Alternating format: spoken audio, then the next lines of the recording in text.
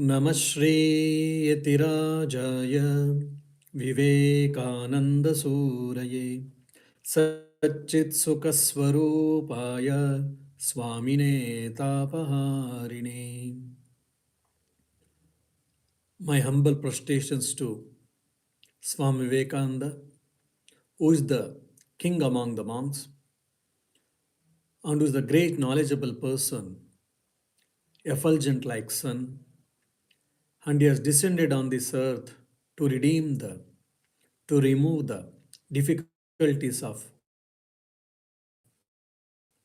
all afflicted beings are human beings, and his absolute existence, consciousness, bliss in real nature. My salutations to him, that's Swami Vivekananda. My dear spiritual aspirants, we were discussing on Karma Yoga. It's a wonderful topic and wonderful subject, and interesting topic too. Quite a few messages I did get about this. Why? Because from day in and day out, from dawn to dusk, we are in action. We're in the whirlpool of action. So we should know how to perform the action so that instead of becoming as a bondage, instead of becoming as a binding, it will unbind us. It tat prapti upaya means it is a methodology. It is a methodology of realizing the God. So, however you want, however I want, if I perform actions according to my own whims and fancies or will, by that type of action, I will not get the God realization. Even for that matter, in our mundane life, in the empirical life, however I will work, however I wish I will work, you have to pay. The company has to pay the salary for me. If I ask, then the company will ask, bye bye, go out, get out. So they ask, this is a particular way, in a particular style, you have to work. They expect. So similarly, even in this karma yoga also, we have to particularly work in a particular way, in a particular style, with a particular attitude, with a particular mindset, with lot of preparations. Then only one can practice karma yoga. One can get established in karma yoga. One can take the path of selfless action. And before getting into the Swami Vivekananda's karma yoga, I would like to discuss, I would like to make it clear. There's a difference between the word or the meaning of karma with the English work. Karma and work, sometimes we do translation. What is karma in English as a work or action? But there's a lot of difference between karma and work. We have to understand. After understanding, let us go into Swami Vivekananda's Karma Yoga. For an example, one of our volunteer, he came to ashrama today, and with a grassland mower, he was cutting the grass. After food, I was just observing it, and I asked whether do you need any help or what. So the mission was doing its work. The mission was cutting the grass lawn, whatever overgrown or in a bigger size. Then can you say, or can I say that the grass lawn mower is also doing work? It may be, but can we say the grass lawn mower is also doing karma? No. Why? The grassland mower is also performing action, and the person who is using the grassland mower is also performing action. Both are performing actions, then why not the grassland mower is performing a work or performing karma? Why can't we say? We cannot. For this, to understand clarity, we have to go for Bhagavad Gita. In the 18th chapter, Moksha Sannyasa Yoga, 14th sloka says like this. Adhishtanam tatha kartha karanancha pruthak vidam vividashcha pruthak cheshta daivatra daivam chaivatra panchama. To any action, if you want to call as a karma, 5 things are necessary. One is adhisthana, second is karta, third is karana, then Prutagvida, fourth, and fifth one is Daivam. What are these things we shall try to discuss now? Adhishtanam, substratum. Of course, in the Vedanta, if you say what is substratum, Brahman is a substratum. But contextually here, the meaning of the word Adhisthana, substratum, is our physical body. The physical body. Physical body is a substratum. It needs. Whereas in that mission, it doesn't have the physical body, it has got its own body, no doubt. Then how can you say that it is performing work maybe, but it is not karma? Yes, I will tell you. Tata kartha, kartrutva bodha should be there. I am the doer. I am cutting the grass. That agentship, in Sanskrit we say kartrutva bodha. I am the doer. Agentship is there. Whereas if you ask the mission, oh mission, are you feeling that you are cutting the grass? Then it doesn't respond because it doesn't have a life. It doesn't have the agent shape. That is a reason it may be doing a work at all, if at all, but we cannot say the grassland mower is performing a karma. Why? Because the kartrutva bodha, the sense of doership, is not there with the grassland mover, so we cannot say that it is performing karma. Whereas the person who is using it is cutting the grass, yes, we can say that he is performing karma. Why? Because he has got the sense of doership. Then karta, then karanancha. Karana is various sense organs. We use sense organs to perform action, so that also should be there. But whereas if you see in the mission, any mission, it doesn't have this. Then vividashta prutak cheshta, and different functions, manifold functions we use by using with the help of sense organs, we'll be doing and we'll be enjoying it also. Bhoktrutva bodha, enjoying. When I do good work, by seeing itself, I feel joy. And whenever I say, oh, beautiful service you did, thank you. You have done a good service for us. When I say that, he feel happy. That is enjoying bhoktrutva. Whereas the mission, oh mission, you have done a wonderful work. Keep it up. When I say that, the mission doesn't respond. It is neither happy nor unhappy. Why? Because the sense of enjoying ship is not there in the mission. And Daivam Chaivatra Panchamam. The fifth one is Daiva. Daiva is divine. I mean, if you say the primary meaning or the literal translation, they say is divinity. So God's will should be there, they say. But many of the commentators, they say that here Daiva means we should say that our destiny or our fate. This destiny and fate comes from where? It comes from my previous actions, what we call prarabdha karma. So adhisthana, substratum, then karta, doership, the sense of doership, then karana, the sense organs, then the enjoyership, bhoktrutva, bodha should be there, then destiny should be there, or the fate, prarabdha, that's what. When all these five things are included in one particular action, in particular thing, then only such type of actions or work is called karma, not all. For an example, in our own life you can take, I am breathing.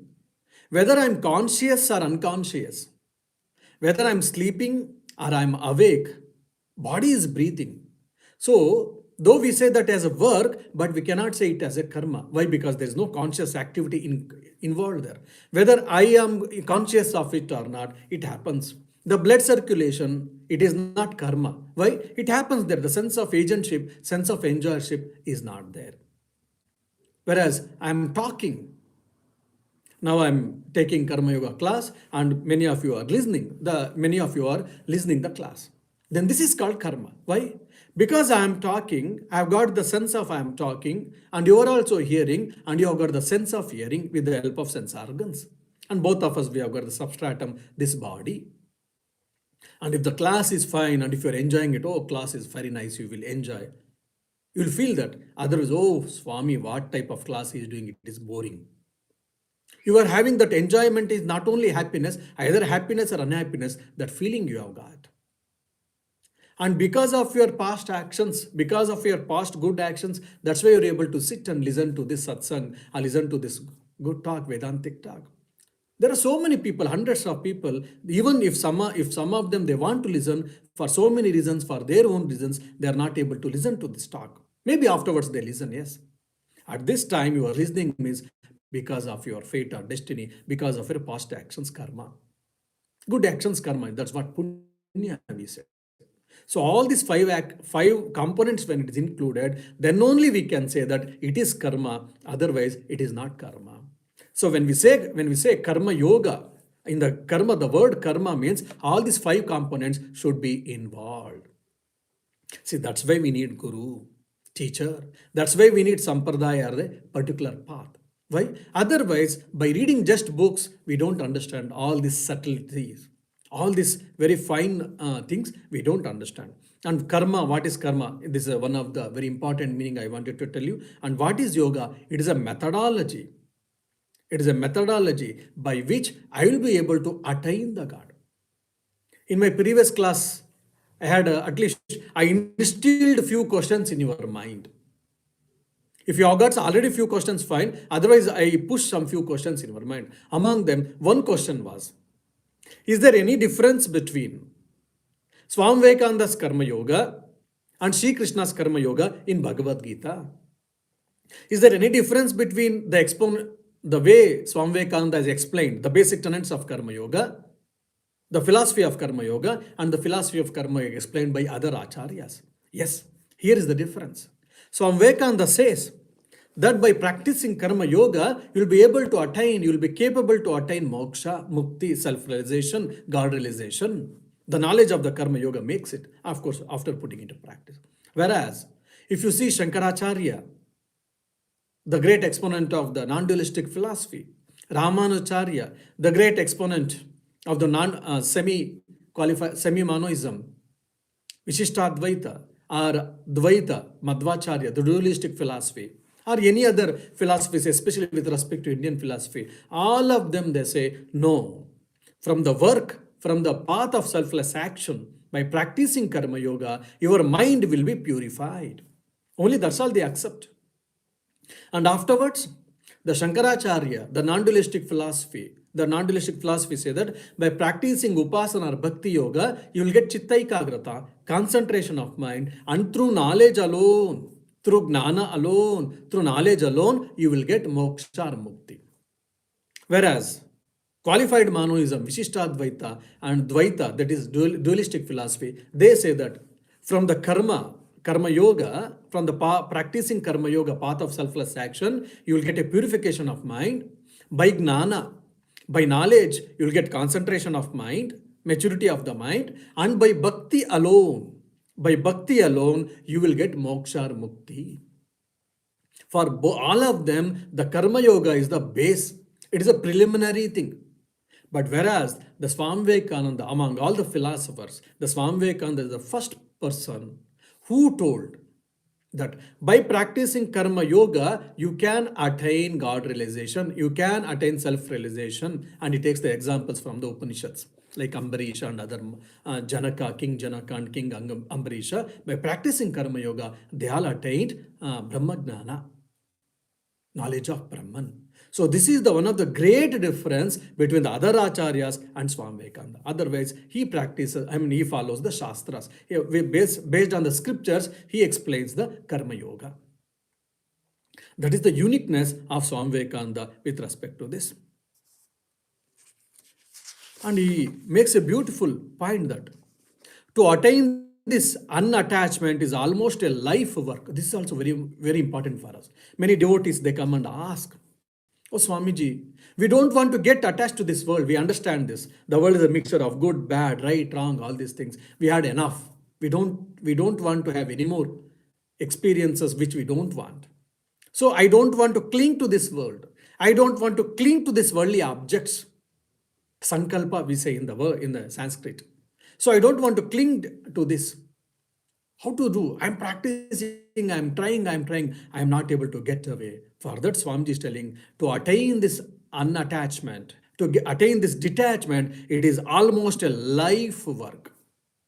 So it is not in one day or 1 week or 1 month, it is possible. That we have to understand. And all either by practicing Karma Yoga, by practicing Jnana Yoga, by practicing Raja Yoga, by practicing Bhakti Yoga, you will be able to attain the same side in the mind. Only we have to bring it out.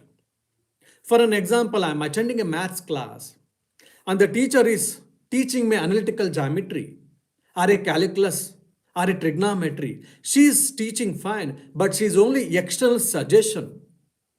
By hearing it, when I work on that, what happens, the veil of ignorance whatever is there, it is removed, that's all. I am not going to get any new knowledge according to Swami Vivekananda. Whoever has studied the Greek philosophy, mind is a wax tablet, they say. It is everything clean slate, like whatever we try to read, we try to work and try to think and all, then the impressions are created. Mind is a clean tablet, like they say. So it is actually wrong. So Swami Vivekananda says, no, it is not. Whatever the existing knowledge in the universe and whatever the new things is there, all these things is there in my mind. That's a reason we say Newton discovered gravitational force. Newton invented gravitational force. Gravitational force is there already, only he discovered and he gave us. So like that, in Vedas, if you see, there are so many beautiful concepts and they're all mantras. They're not poems, like poets have written poems. We are seeing wonderful daffodils in front of our ashrama. If either Shakespeare or Wordsworth, I think, he has written a beautiful poem on daffodils, no doubt. During our college days, we had read. He has written, he thought and he wrote. But whereas in Vedas, the Vedic mantras were never written. When their meditation, when their mind rise to the particular level, the mantras were revealed to them. That means what? That knowledge was there already existing in the universe.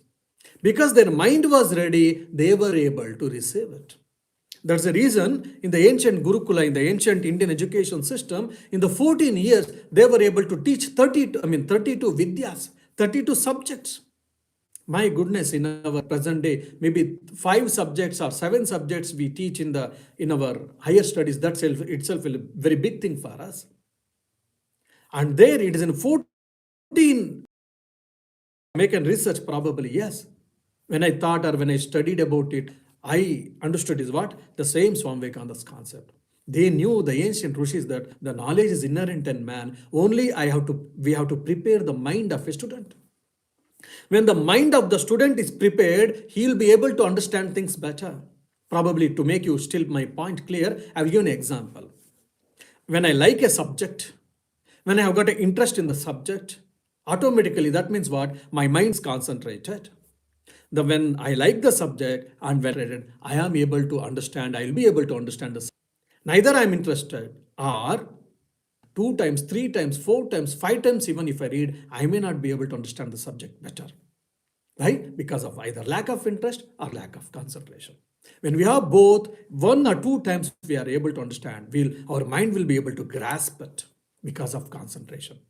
The concentration never existed outside. It was never in the shop, it was never in mall, or it was never on the tree or in the forest. It was in our mind. So when my mind is ready, we'll be able to grasp things. That's what Swami is saying that. And someone has got concentration and I don't have concentration. Someone's mind is very sharp and my mind is not very sharp. And someone's mind is very ready. He or she can get the knowledge easily at his fingertips. And my mind is not ready. Why? Because of his own action. That's what Swami Vivekananda is bringing. You may feel, why Swami Vivekananda, when he is speaking of karma yoga, why he bringing this knowledge concept? So someone is wise man and someone is intelligent, or someone is dull-headed. Someone's mind is beautiful. It is able to grasp things fast, quicker. And someone, even after trying multiple times, they are not able to because their mind is not sharp, their mind is not ready. Why? Because of their own action. That's what Swami Vivekananda is telling that. So he's giving the higher dimension for action. So action is not only for bread, to get bread and butter. It is not only for livelihood. Even this action, if it is performed better, we'll be able to get the knowledge in a better way. And also, even for mundane life, we can get the things. We can get the things like skills. Oh, he's a very skillful person. He learns things. He's a very good learner. He's a quick learner. He can learn things. He can learn new skills very fast. How? Because his mind is sharp. His mind is ready for that. How it was ready? Why? Because God was gracious on him so that he got it, and God is not gracious on me. God is partial on me. That's why I didn't get. No, because of my own actions. Because of my own actions. That's what Swami Vivekananda meant it. So the infinite library of the universe is in your own mind. The external world is simply the suggestion, the occasion which sets you to study your own mind, but the object of your study is always your own mind. That's what we can see in the Newton's discovery, and that's what we can see in the life of sages. They studied their own mind, they studied their own thoughts. That's the reason they invented, they discovered, mantras were revealed to them. And you say, then how is a wise man he is and someone is a dull-headed man? His Swami Vivekananda says, because of his actions. He has performed his actions, he has tried in that particular way, and he has removed so much he has tried. So much the veil of ignorance has been removed, has been reduced to such extent, is a knowledgeable man. XYZ has not tried in that particular direction. That's why his veil of ignorance is thick. That's why he is dull headed, or is ignorant man, or is not knowledgeable, not such a knowledgeable man. Why? Because of his own actions. He's telling that. Then afterwards, he tells that, no, you say that, oh, whatever I try, I am always blamed. Someone is always prized. He's a very lucky guy. See, whatever he tries, success is always following him. God is gracious on him. But somehow God is not gracious on me. I don't know. Whatever I try to do, always bad things happens. Failure is just like it has become the part and parcel of my life. And whatever I try, I'm not happy at all. I'm not able to achieve whatever I wish so. Like this, all type of laments, comments, all these things we keep saying, isn't it? So Swami Vivekananda comes to this point now. So whether I'm happy or I'm unhappy, I am successful, I'm not successful, I am praised, I am blamed. All these things comes not due to people, not due to situations, not due to society, not due to country, not due to religion, not due to God, because of you and your actions. That's why Swami Vivekananda says, you are the creator of your own destiny. I am today happy means of my own actions, and I am unhappy. Yes, because of my own actions. When I do prescribed actions, when I do right actions, I will be happy. And when I do bad actions, when I do wrong actions, when I do unwanted things, then I will be unhappy. Then here you may get a question. For an example, I'll give my own example. Recently, before coming from India, one student was very close to me. He was studying, he was doing his post-graduation. No time, he became very close to me, and I helped him because he had some financial crisis. So I spoke with some devotees. They also gave some, money and all. So we did some funding for his education, and so many other things helped. God made me instrument for helping him, or serving him is a better way. After coming here, after 2 months, we understood that he's a fraud. Means he has cheated all of us. He has told so many lies, he has cheated of us. Even my mind was agitated, my mind reacted. 1 or 2 days I felt very bad, and probably one night even my sleep was disturbed, all these things. Then afterwards my mind started thinking. See, probably we thought that he's a good person, he's a right person. So from our side as a human being, I'm supposed to feel for fellow human being. So we have done our best. We have served him, we have done our best. But if he has misused, it is his problem. He was wrong. What can I do? We have taken care, no doubt. We have tried to inquire, we have tried to be cautious. But in spite of all that, yes, we have been cheated. Fine, but what to do? Then myself, I did self counseling, you can say, and I was came out. Now, the first action I helped for him or I served him, probably that was not in my hands. You can say it is a destiny, or you can say it is a fate, or you can say it is a prarabdha. And again, it is also based on my own earlier actions. But now Karma Yoga comes to our rescues to the second part of the action. After knowing that he cheated us, after knowing that he made us buffoon, what was my reaction? What will be my reaction? That's where the Karma Yoga helps us. I left already few arrows. Yes, it is not in my hand, no doubt. But now few arrows are there with me, which I am going to leave. Now how I should leave? There I have to decide. The Karma Yoga comes to our rescue for the second portion, that our reaction towards the world, towards the situations, and towards the people. Though 1 or 2 days I was also moved, I was also felt little bad, emotionally moved, but afterwards, with the God's grace and with thinking, immediately I came out. But probably, if same thing happened for different people, say for 10 people it happened, 10 people's reactions will be different. For some of them, they might not have thought over, okay, I have done my duty, that's it. Some said that he has done bad, blah blah. He may scold or he may try to take tit for tat, let me teach him a lesson. And some may feel morose, and to get away from the shock, to get away from that moroseness, probably it may take for him 1 week, for him or her 1 week or 2 weeks or 1 month or 2 months. There's a reaction to the situation, reaction to the people, reaction to the world. That's where these things comes into picture.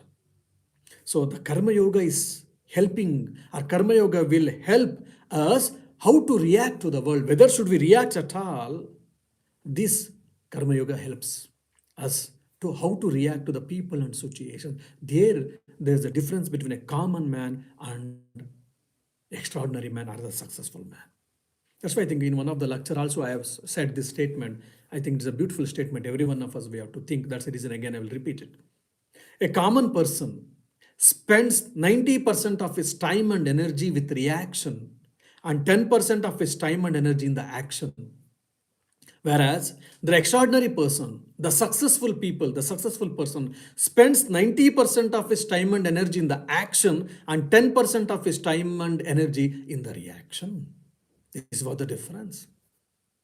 Swami Vivekananda also had to face a lot of struggles, wherein he was in West for no reason, for of his no mistake, for there was an attempt made by people as like character assassination. People tried to do character assassination because he was becoming very famous. So they were not able to bear that. They were jealous of Swami Vivekananda. They tried to do character assassination. And they went to that greater extent, to the greater extent, even they poisoned the coffee. He was called for some function and he went there, and a cup of coffee was given to him and he was about to drink. Sri Ramakrishna came next to him and said, Naren, don't drink that coffee because there's a poison in that. And he left the coffee, but he never reacted anything. He talked nicely and he said that today, no, I will not take anything. And he came out. So Swamiji was poisoned. For what reason? Again, you say fate or destiny, the world goes like this, fine. But the Swamiji never reacted to it. Oh, you guys, you poisoned me or tried to kill me. I will see that I will do something for you. No. And Swami Vivekananda had so much power, yogic powers, he could have cursed them easily, but he didn't do it. He never reacted to the situation, to the people, just he came out. This is what Karma Yoga makes us to learn. That's how we become strong. That's how we become goal oriented. That's how we become destiny oriented. And there may be many problems. There may be many situations, adverse circumstances. There may be many unhappy circumstances, but we will not be moved from all these things. How? By practicing Karma Yoga. And here Swamiji is telling, if I am happy or unhappy, if I am lucky or unlucky, all these things, it is because of my karma only. Because of my past actions, result. That's what prarabdha karma, we say. Today I am successful person. I have got good castle, good mason, and I have got a good car, good wife, good husband, blah, blah. Why? Because of my karma. Means karma phala, because of my past previous actions results. And today I am unhappy. I'm most unlucky person. How much ever I try, everything failure comes as a part and parcel of my life, again because of my own actions. That's what Swamiji is telling that. So be the master of yourself. You are the creator of your own destiny, of your life. So every mental and physical blow that is given to the soul, by which, as it were, fire is struck from it, and by which its own power and knowledge are discovered, is karma. But how do we react? Whatever the good and bad, right, wrong, all these things, they are the greatest teachers. We have to understand it. Then we learn and our personality unfolds. We grow further. Otherwise, we keep complaining, we keep lamenting, we keep commenting. So they are the great teachers, and it is because of our own action that we have to understand. So action means it is not only physical action. I'm thinking something. There's also action, karma, manasika karma, mental action. I've got feelings, good feelings, bad feelings, right feelings, love, hatred. All these things, emotions, are also a mental part of mental work. That is also karma. I don't like someone. The moment he or she comes, I immediately get irritated and I see that something I should do this. Whether you do it or not, but mentally you try to do something, that is also manasika karma, mental action that will have its own effect. So karma means it is not only physical work, mental work, intellectual work, emotional work, spiritual work, morality, your thinking, right, wrong, all these things are part and parcel of work, part and parcel of karma. So again, it is not work, it is karma. So I'm that you be clear. And again, Swamiji, next, he tells that there is a big wave you see. Oh, such a big wave, large wave, you say. Fine. How this large wave occurred? It is a collection of small waves. Whereas the small waves we don't recognize because it is a bigger in size, we recognized. But the large wave is nothing but the collection of the small waves.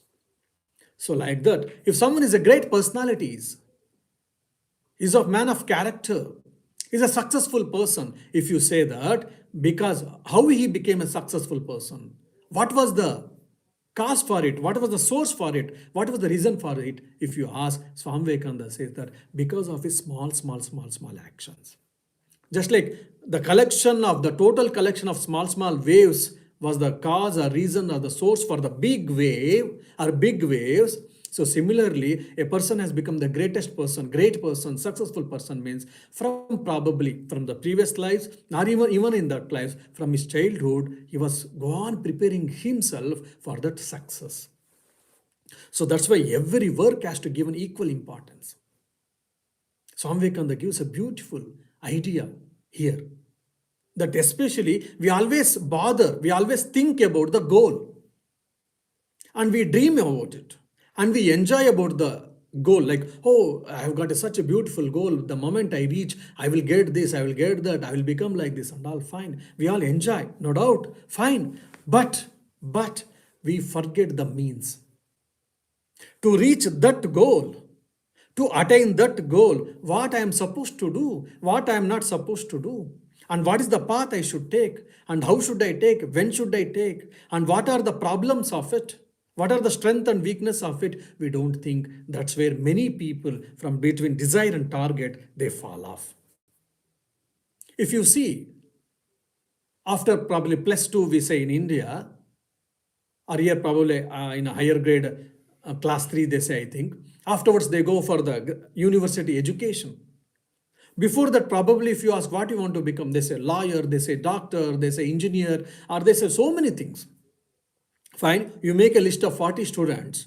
After 10 or 15 years, again you make an interview with all the guys, either boys and girls, and you ask what was your goals or desires or targets. And after 10 or 15 years, you ask them where you are. 70-80% of them, they will not be able to reach the targets. They had a desires, but they never reached the targets. Why? They had a goals probably, but they never thought about the means. So this is the again great difference between a common student and a successful student, or a common person and with a successful person. So you should give equal importance for your goal as well as means. Why? Because every action builds your character. And that he tells beautifully. If you want to really want to judge of the character of a man, look not at his great performances. Why? Because every fool may become a hero at one time or another.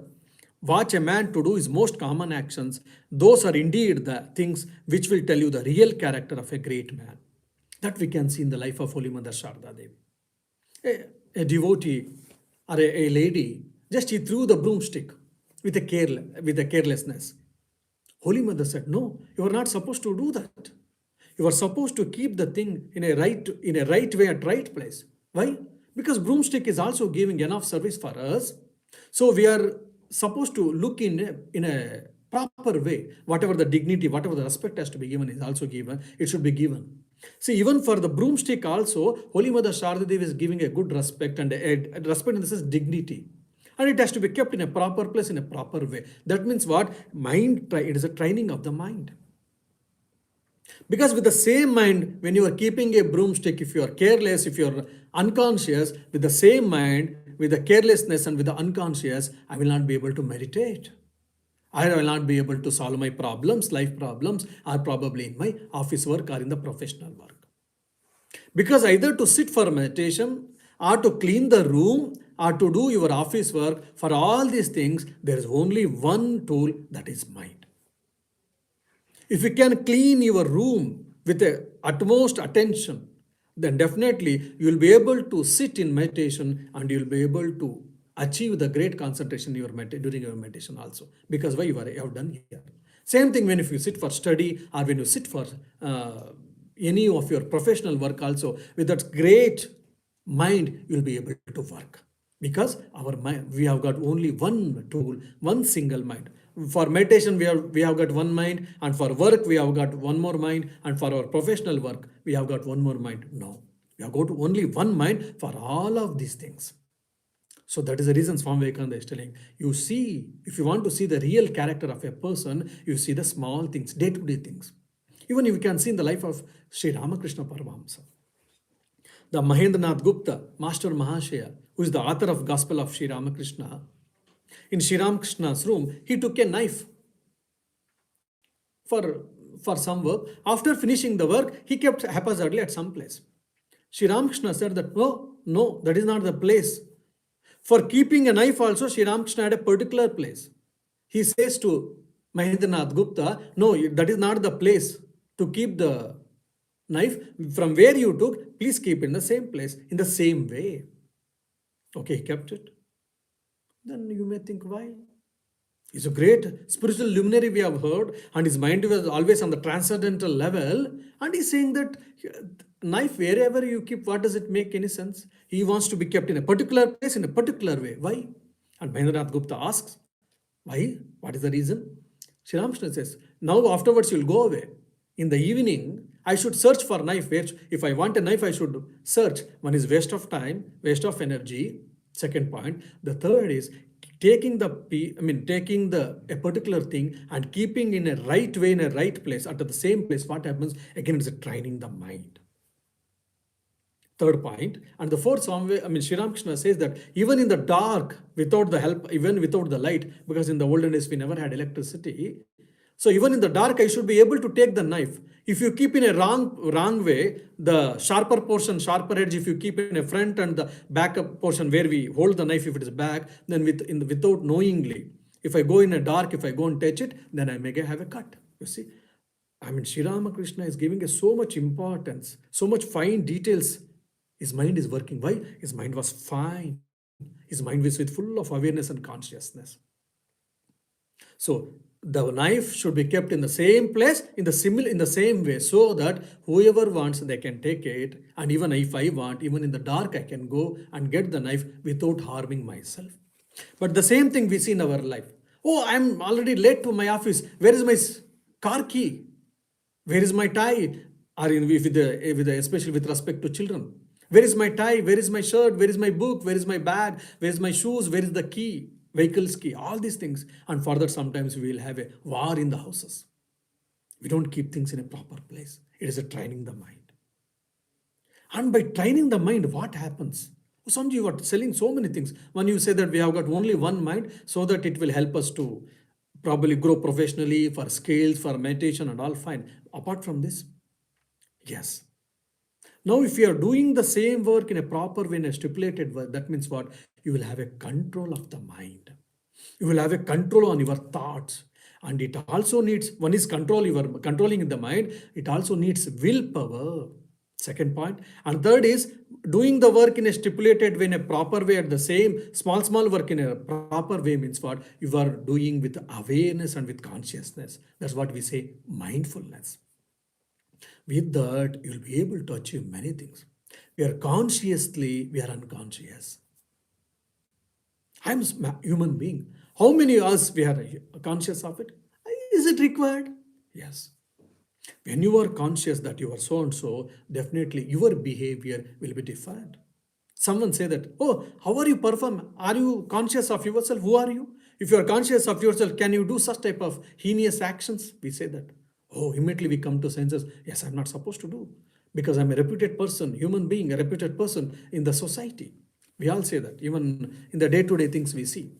Apart from that, what happens? Our willpower gets increased. From that, what happens? I can achieve anything and everything.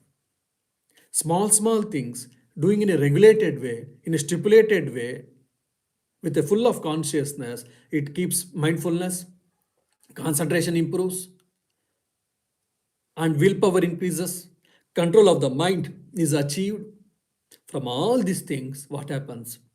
When willpower is increased to receive, to attain our goals, to reach our goals, it will be easy.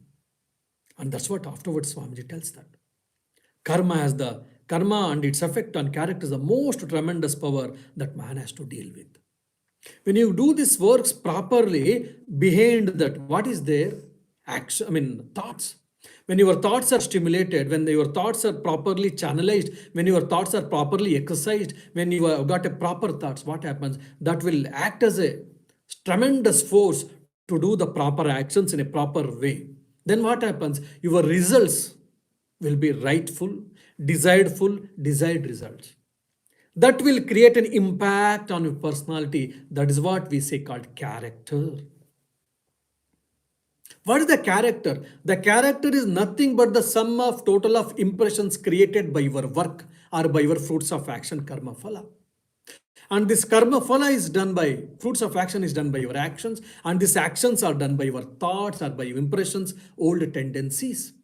See, every work, either physical action, mental action, emotional action, moral action, spiritual action, all these things, actions, and these thoughts are creating tremendous force in you, tremendous impact on you. That is what we say character. And if I have to know a person, if I have to know a personality, how do I know? I have to know his character. If I have to know his character, I have to know his actions. How do his actions be known? Even by his thoughts can be known. So for personality, the character is a source, and the character is again karma phala, the fruits of action. There are so many thoughts are coming. We are not bothered about it. From that, what is happening? A lot of energy is getting wasted. And so many thoughts are creating so much impressions on us, on our character, on our personality. We are not aware of it. That's what Swami Vivekananda said.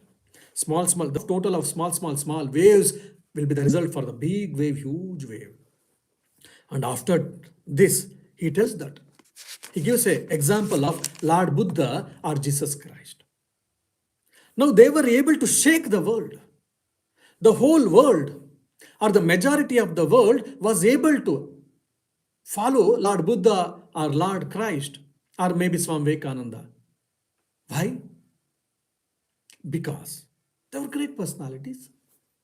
They were men of character. They were great men of intellect. They were great men of success. Yes, fine. How did it happen? Oh, they were all divine beings. They descended on this earth with a great powers. That's why it happened. That's what most of us we give reason. Yes, from humanistic aspect, from the point of karma, let us think. That's what Swamiji gives. Beautiful analogy here, beautiful discussion, beautiful explanation. The Lord Buddha or the Lord Christ,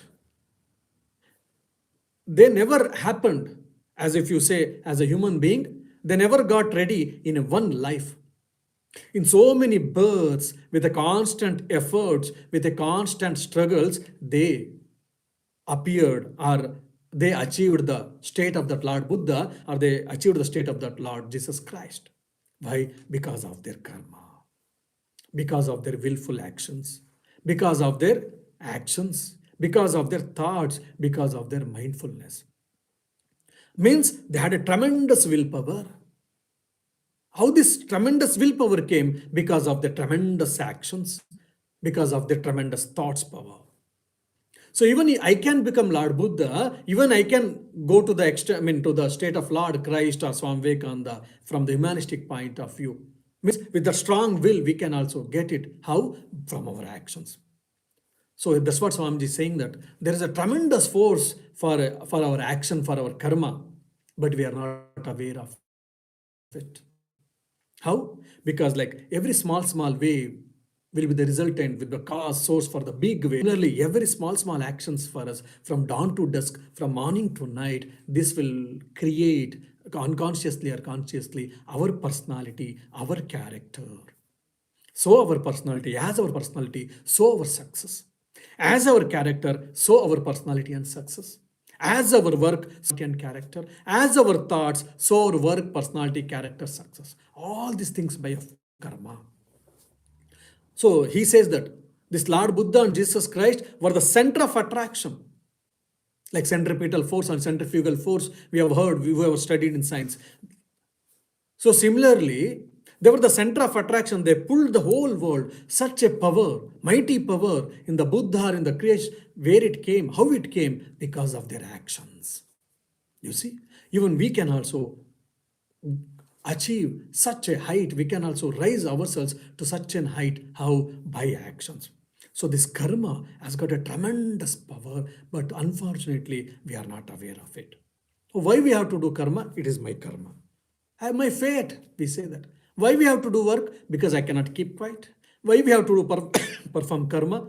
Because for bread and butter or my livelihood. Like that we are thinking with a with narrow thinking, we have narrowed down the role of karma, role of action. Karma has got a tremendous power. It has got a tremendous influence. And he goes to the extent saying that the civilizations, the building, the great ship, Titanic ship, how it happened? Because of your mind, because of your thoughts, because of your karma. The next he takes a beautiful idea.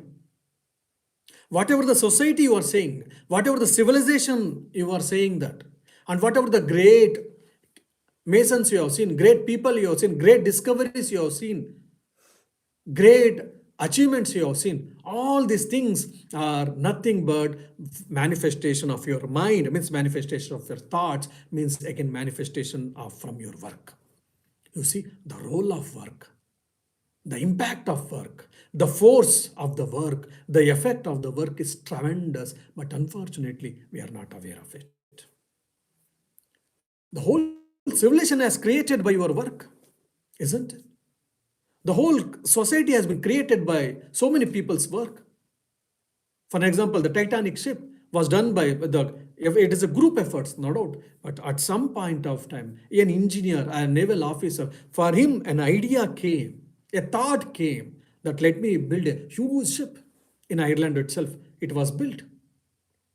He thought, he designed, he made a design, he made a blueprint, he took someone's help, and someone's help either for money and for other thing, and it was done. It was designed and it was built, not in one day.